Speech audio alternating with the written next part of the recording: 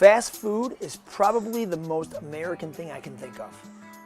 Admit it, right now, you're probably imagining your favorite fast food meal. For me, it's the 4-count chicken strip meal at Chick-Fil-A with the waffle fries and the all-natural lemonade. Oh, love it. In fact, I'm kind of hungry and distracted. We hold our fast food to a pretty high standard. Well, at least the fast part. We're pretty lenient when it comes to the food.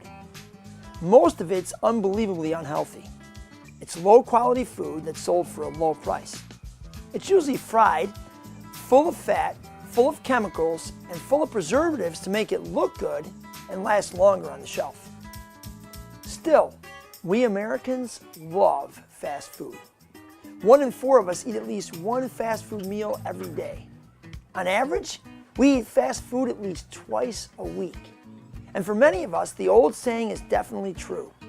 We are what we eat. As we eat fast food all the time, we become unhealthy and overweight. We develop high blood pressure and high cholesterol and an unceasing appetite for everything we aren't supposed to eat. Of course, that part isn't so fast. We may eat tons of fast food as teenagers and not see any effects at all. But gradually, we change.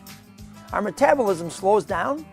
If we keep eating fast food, our bodies begin to reflect all the junk that we're taking in. I don't think this reality is limited to literal food. It's true in all areas of life. We become what we take in. We're shaped by the TV that we watch, the books we read, the people that we spend time with, and the jobs that we do. If there's one thing that we have in common, one thing that our culture has perfected and force-fed to all of us, it's this: fast life. Speed, convenience, multitasking, consumption, entertainment, success. These are the things that we are constantly taking in. They're the things we chase after. They aren't food, but they are the staples of our daily diet. We've totally bought into fast life. And it's far more damaging than fast food. Listen to this from the late Mike Yaconelli. Speed damages our souls because living fast consumes every ounce of our energy. Speed has a deafening roar that drowns out the whispering voices of our souls and leaves Jesus as a diminishing speck in the rearview mirror. Don't you ever long for life to be different? Do you ever wish you could just slow down? Doesn't it seem like something's missing? Is there a way for us, in the midst of this fast-paced, fast food culture, to actually change what we're taking in? I've talked many times about the fact that I often speak at camps. And I've told you before that I think camp is awesome because God consistently shows up. People leave camp on a spiritual high. I wish life could always be like camp. At camp, there is time alone with God. Every day, we gather to worship. We live in community. We eat together and even share a bathroom. Camp life connects people deeply with God and each other. Of course, if we lived at camp all the time, we mess it up. We become just like the rest of our disconnected, fast-paced life.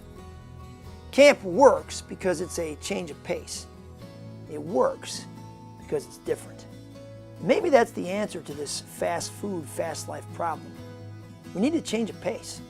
We need something different. We need something practical and tangible. I think what we need are the spiritual disciplines. You know, things like meditation, prayer, fasting, solitude, simplicity, confession, and service. Maybe you hear that phrase, spiritual disciplines, and think it sounds like the same old church stuff. It sounds legalistic, like a set of rules we have to follow in order to be good Christians. I think we've seen the spiritual disciplines abused by churches and church leaders, maybe even by us. But these disciplines are intended for a very different purpose. They aren't rules that confine us. They're a new diet that can free us. When we think of them like this, the spiritual disciplines can lead to a far different place and far different existence. They offer the chance to truly experience Jesus over and over again in new and more significant ways. They offer a chance to have a deep, abiding relationship with Him. I think we're all hungry for this kind of deep connection with Jesus. We're desperate to find something more meaningful than the external and superficial existence we all feel stuck in. We long for healing and real love to reach the deepest parts of our lives and hearts. If this is true of you, then are you willing to join me as we examine and pursue some basic spiritual disciplines? Let's take in something new and see what kind of people we become.